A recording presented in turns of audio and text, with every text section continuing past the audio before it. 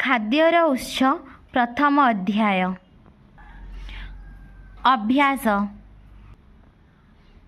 1 number तले दिया जाइथिबा उद्भिद मानकर केउ अंश आमे खाद्य रूपे व्यवहार करू लेख।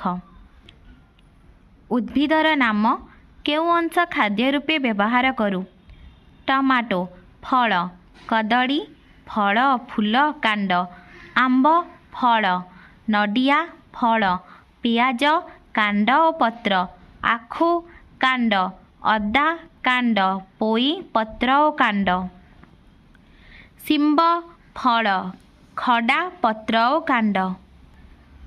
2 नंबर तले केतेक खाद्यर नाम दिया जाइछि सेही खाद्यर उपादान गुडिक लेख। केक केक तैयारी पाई मैदा, चीनी, काजू, क्षीर, बेकिंग पाउडर आवश्यक उपादान। क्षीर गजा तैयारी पाई मैदा, चीनी, क्षीर, गुजराती दरकार।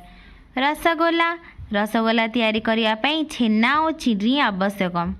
घांट तरकारी तैयारी करिया पाई पनीपरिबा आलू, बुट, नडिया, मटर, मसला, तेल इत्यादि दरकार।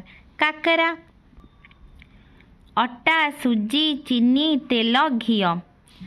सुजी हलवा तैयारी करिया पाई सुजी, चीनी, पानी, घी, गुजराती दरकार। आइसक्रीम तैयारी करिया पाई चीनी, क्षीर, नडिया, अमूल, चेरी, मलाई, कॉर्नफ्लोर इत्यादि आवश्यक।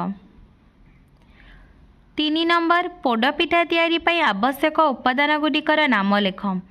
ସେହି ଉପାଦାନ ଗୁଡ଼ିକ କେଉଁଠୁ ମିଳେ ଉପଯୁକ୍ତ ସ୍ତମ୍ଭରେ ଠିକ୍ ଚିହ୍ନ ଦ୍ୱାରା ସୂଚାଅ। ଉପାଦାନ ଚାଉଳ, ବିରି, ନଡ଼ିଆ, ବାଦାମ, ଗୁଡ଼, ଗୁଜରାତି ଇତ୍ୟାଦି ଆମେ ଉଦ୍ଭିଦ ଠାରୁ ମିଳିଥାଏ।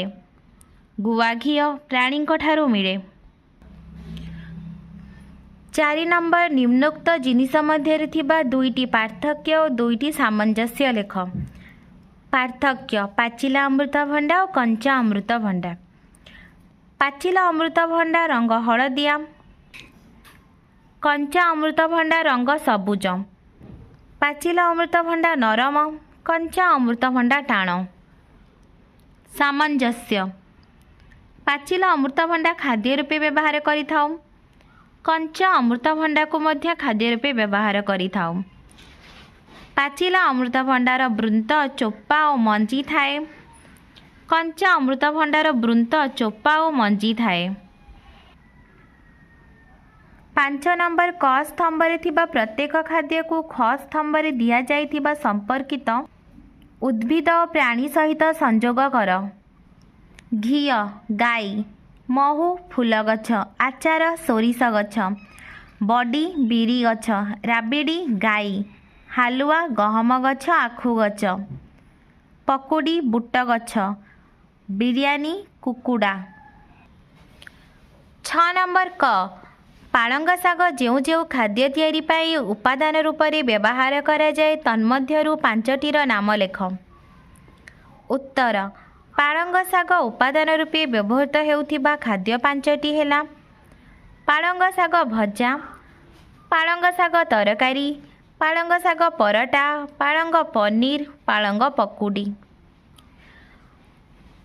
ଖ ନମ୍ବର ଅଣ୍ଡା ଯେଉଁ ଯେଉଁ ଖାଦ୍ୟ ତିଆରି ପାଇଁ ଉପାଦାନ ରୂପରେ ବ୍ୟବହାର କରାଯାଏ ସେଗୁଡ଼ିକର ନାମ ଲେଖ। ଅଣ୍ଡା ତରକାରୀ, ଚାଉମିନ, ଅଣ୍ଡା ଭଜା, କେକ୍, ପାଉରୁଟି, ଅଣ୍ଡା ବିରିୟାନୀ ଆଦି ଖାଦ୍ୟ ତିଆରି ପାଇଁ ଅଣ୍ଡା ଉପାଦାନ ରୂପରେ ବ୍ୟବହାର କରାଯାଏ।